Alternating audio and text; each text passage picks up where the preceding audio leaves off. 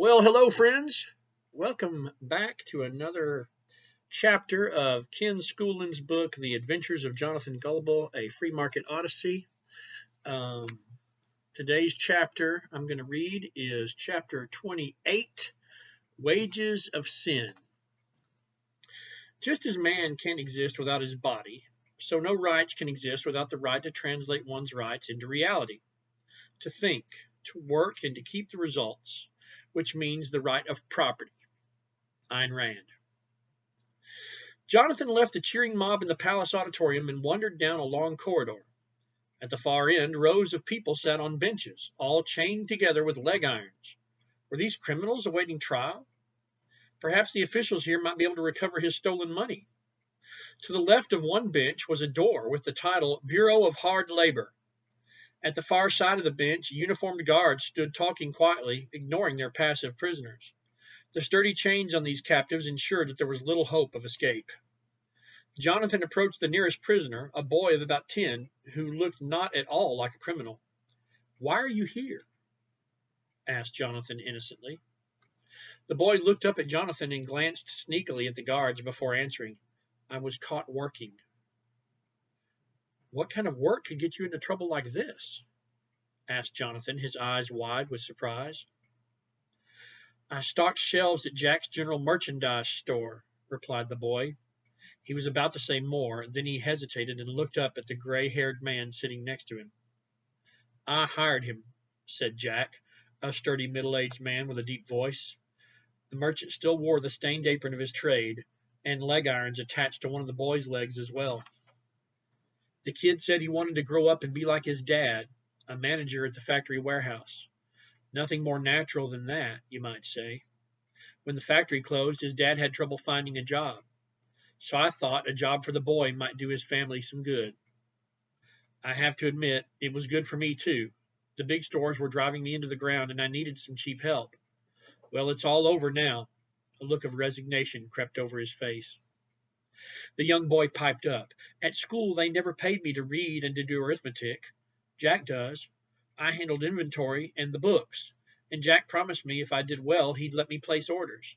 So I started reading the trade journals and notices, and I got to meet folks, not just the kids at school. Jack promoted me, and I helped my dad pay the rent, even earned enough to buy a bicycle. If I was paid nothing, I would have been praised for volunteering, but I got paid, so now I'm busted." His voice trailed off as he stared at the ground.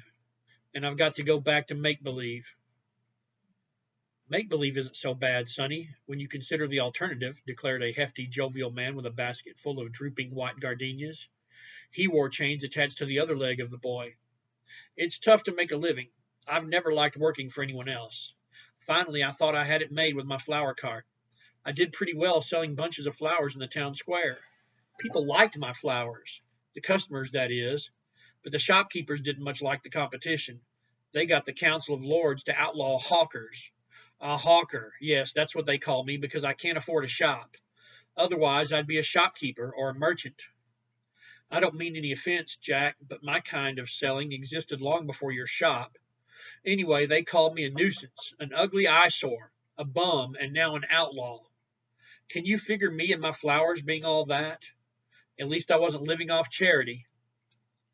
"But you sold right on the pavement," responded Jack. "You've got to leave it open for my customers." "Your customers? You own the customers, Jack?"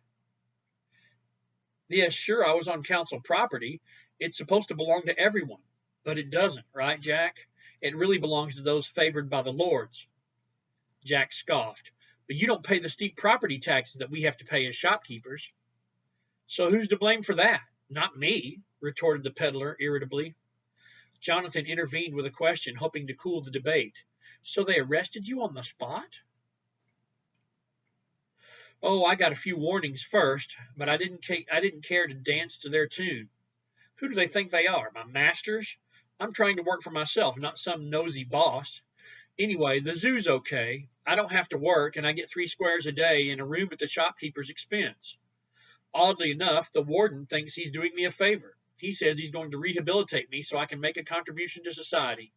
He's talking taxes, not flowers." The young boy began to whimper. Do you think they'll send me to the zoo, too? Don't worry, kid, soothed the flower seller. If they do, you're sure to learn a really practical trade.